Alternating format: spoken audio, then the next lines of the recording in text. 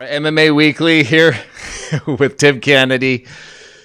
A crazy day, a crazy past couple of days. You get on the plane, you're going to come here and fight. Rashad gets on the plane, you get off, fights off. Walk us through what was going on with that situation and in your mind. So I was at 30,000 feet. My bodyguard came up and said he just got a text message from somebody here in New York that the Rashad fight had fallen through. That he wasn't medically cleared by the athletic commission. So for like 10, 20 minutes, I'm just trying to, from the plane, get a hold of somebody to give me a solid answer. From the UFC. Yeah. By the time my plane lands, my phone is exploding. It's just hundreds of text messages and emails saying, hey, you're off 205. And it's all journalists. I still don't have any confirmed word. So I'm trying to get Joe Silva, trying to find out what's going on. So I'm in the car, and now the realization is setting in, and it's just heartbreaking that you are off the most historic fight card, in your career and maybe even the history of the sport. It's a bummer. Did you ever talk to Rashad? Did you guys ever talk to each other? Did he call you? I texted him right when I landed. Most importantly, I was making sure he was okay. Feeling a medical is not a little thing, especially an MRI. Now we're talking about the brain, right?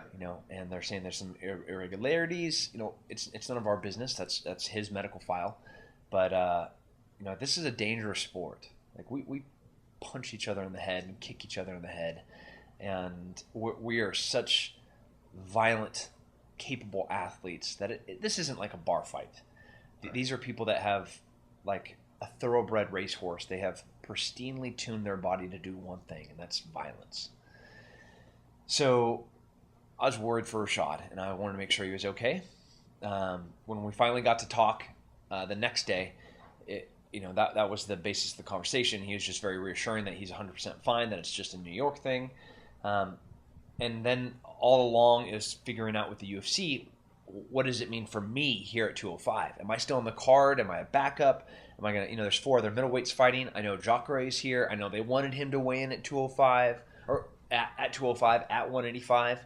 So yeah, so you hear that after this and you're thinking maybe I get a chance back at him. Yeah, so they told me to stay on weight and to prepare as if I'm fighting Saturday night. On my phone right now, I keep leaning up and checking. It is from my agent, my manager, waiting for the confirmation that I'm not fighting. Like, this is Friday after weigh-ins. Geslam missed weight. I said I'd fight Geslam. No, Jacare stepped on the scale, and he's good. And then we have 4 middleweights. So at this point, I'm still moving forward as if I'm fighting tomorrow night. Wow. I'm not relaxed. I'm not, I'm still sipping on water and eating carbs as if I'm fighting. What was it like backstage at the official weigh-ins today? Because there was a lot going on. A lot of guys missing weight. The first time in New York. What are the rules in New York? Not everybody knows the rules. Some guys are missing weight, but the other guy can gain a few pounds as long as they're within 5 pounds of each other. They can fight. It was just crazy. I didn't know if these were actual rules or they're just kind of playing it by ear. This is the first fight for this athletic commission for the UFC here, and nobody knew what was going on. I was trying to find out the rules. I was trying to, because if a welterweight is missing weight, that means he's middleweight. Right. So should I come in a little bit light at like 183 or 182 just in case? And ironically, we had this conversation last night. My team did, because Cowboy's one of my teammates. Like, okay, if Geslam misses weight, what's going to happen? So now that we know if it was in 5 pounds, I would have cut down to maybe 182, 81. And so if he was in between that 170 and 176, he would have fought Cowboy. If he was between that 86 and 81, or 76 and 81, he would have fought me. So we had this conversation. We were prepared for this to a degree. We just didn't know the exact details of what the athletic commission was. So this morning, the moment that Geslam missed weight, and they said he's not fighting Cowboy, I'm texting Joe Silva saying I'm good to go. Tell us how does military service factor into the fighting, into staying in the shape? Besides the drive that you have. Hold on, my agent. Oh, this could be people. This could be the text. That'd be awesome. Is that going? Is that going through your mind the whole time? Yeah, like, absolutely. As we're talking right here, my phone dings. I would normally turn it off as we're doing the interview, but I have it on and kind of propped up, and that's why I keep leaning up to check. I want word if I'm fighting. Yeah.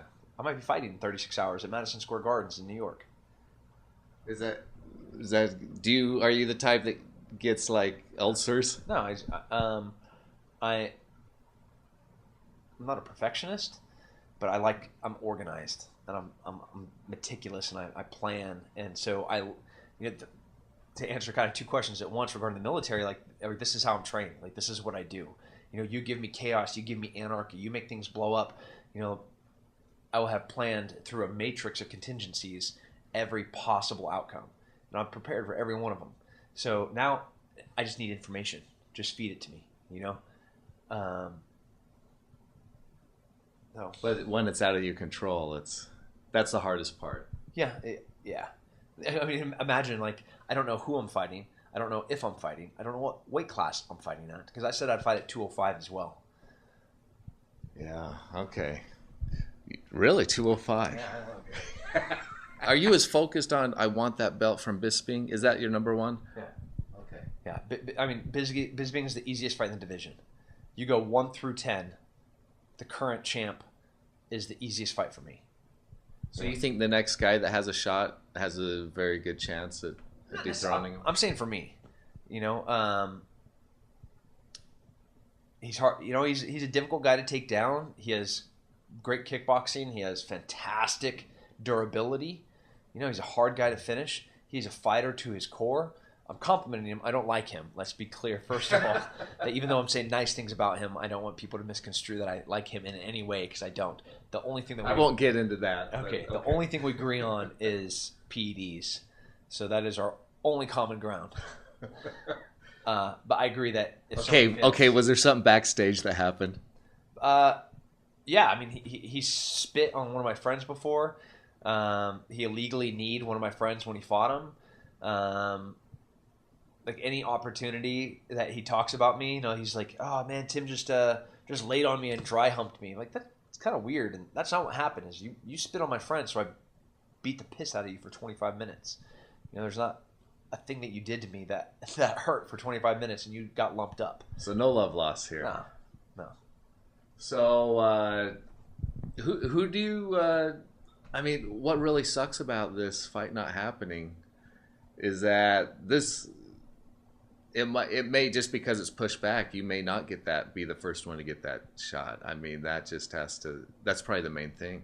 Yeah. I mean, had I fought tomorrow night against Rashad and not performed the way that I was confident I was going to perform, you can't not say my name regarding fighting Michael Bisping for the title. Like, if you're like, what is the path?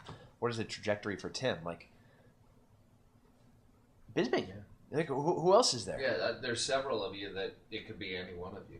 And I promise I would have been dominant at Madison Square Gardens, the biggest card, most historic card against a former champion. Having already beat the current champion in my weight class, being 5-1 or 4-1. I don't even know what I am in this division, with my only loss being to, I won't even say his name, cheater. And I'm there. Give me the title. I'll fight him in England. I'll fight him in Manchester. I'll fight him in London. I don't care. But I'll beat him. Yeah, let's take a look at the. I'll make sure. And absolutely positively not fighting this weekend. Is that what he said? Yeah. That's your manager. That's my agent, yeah.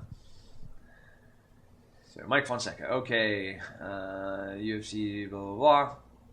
All set. Absolutely, positively, you are the letter U and the letter R. I didn't even type it out. Jerk. Not fighting this weekend. Oh, boy. And then make sure that Donald Cerrone doesn't say anything about... See people here. See the inside, the back story that we behind the scenes that we give you. It's a bunch of Cro-Magnon men that walk into the cage and punch each other in the head. If only it was that easy. This is a business. This is entertainment. This is complex subtleties with nuances that involve hundreds of thousands of dollars that should be millions of dollars for fighters. This is our well-being. This is putting food on our table. This is like. So where are you at right now? You just saw the text. You've been kind of like limbo. Yeah. Does it feel better or? No, I'm disappointed. Yeah, maybe. Weight off your shoulders. That I'm gonna take this. I know I'm fighting December 10th, right? So I got 4 weeks. But so I'm not done, right?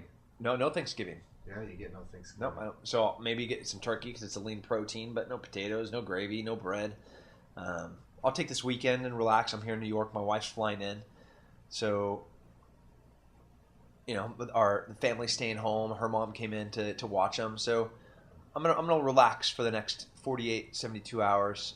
Monday morning, I'll be back in fight camp. So see people that want to be fighters. Sometimes look at this. No Thanksgiving, and you just found out you know. But at least you get Christmas. UFC 207's on December 30th. A true fighter by heart, always looking for the next fight.